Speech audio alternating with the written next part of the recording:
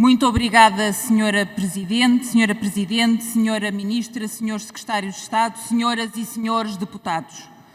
Quando, em 1912, o Titanic atingiu o iceberg, no meio do caos e da luta dos passageiros pela sua sobrevivência, a orquestra continuou a tocar. Diz-se que por mais de 2 horas. Completam-se hoje 23 dias que o país voltou a embater contra um iceberg e a orquestra continua a tocar. Com um governo do Partido Socialista demissionário e um país, mais uma vez, mergulhado numa crise política.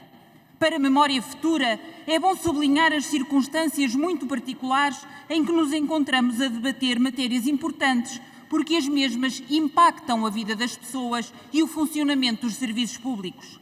E o que sucedeu foi que no passado dia 17 de novembro, o Governo retirou da Assembleia da República uma proposta de lei que foi assumida pelo PS e convolada no projeto de lei hoje a debate, que procede a alterações importantes nos regimes jurídicos do cartão de cidadão, da chave móvel digital e do recenseamento eleitoral. Em síntese, este projeto de lei altera a lei do cartão de cidadão, propondo os ajustamentos necessários impostos pela União Europeia, conformando-a com as novas exigências de reforço da segurança e ao modo como a informação é armazenada e acedida. Reformula o regime jurídico da morada associada ao cartão de cidadão, no sentido de assegurar a efetividade dos mecanismos de acompanhamento das pessoas sem endereço postal físico, como as pessoas em situação de sem-abrigo, aproveitando as estruturas de proximidade existentes, como os municípios e freguesias, bem como pessoas coletivas sem fins lucrativos. Altera a lei da chave móvel digital, fazendo equivaler o valor jurídico dos documentos disponibilizados em formato digital na aplicação ID.gov aos documentos em suporte físico. E, por fim, altera a lei do recenseamento eleitoral, corrigindo um erro de remissão relativo ao local de inscrição do recenseamento eleitoral. Impõe-se, pois, uma reflexão, porque é preciso antever a prática e a execução destas medidas, pela necessidade de acautelar a tutela dos dados pessoais, procurando um equilíbrio entre o princípio da administração eletrónica com a efetiva salvaguarda das garantias dos cidadãos.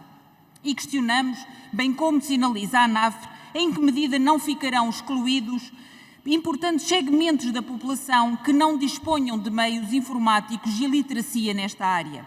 Se as freguesias que assumem um papel de grande proximidade com as suas populações dispõem de meios que permitam executar as alterações propostas, tendo em conta que muitas nem sequer têm trabalhadores. Os conceitos de domicílio e a necessidade de clarificar a emissão dos atestados de residência a pessoas em situação de sem-abrigo, com a emissão de atestados de inexistência de endereço postal físico, entre outras matérias que na especialidade iremos sinalizar.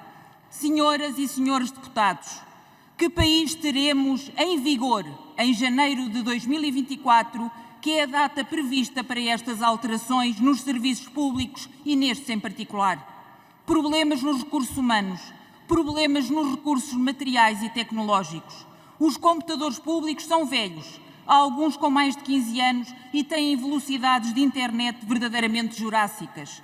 Desligar e voltar a ligar é a solução mais repetida.